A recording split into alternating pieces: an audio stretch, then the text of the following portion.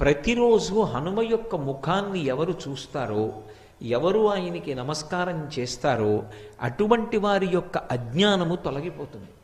చాలా తొందరగా వారికి జ్ఞానకటాక్షము కలిగేటటువంటి అదృష్టాన్ని పొందుతారు.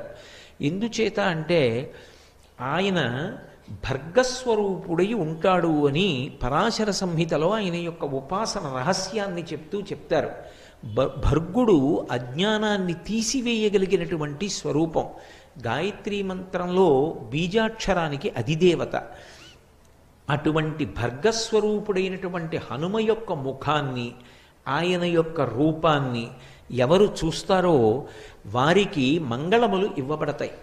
అందున ప్రత్యేకించి హనుమ ఉపాసనకి చాలా విశేషమైన రోజుగా చెప్పబడినది ఏది అంటే, సాధారణంగా ప్రతి వారంలోనూ కూడా మొట్టమొదట గొప్పది శనివారం.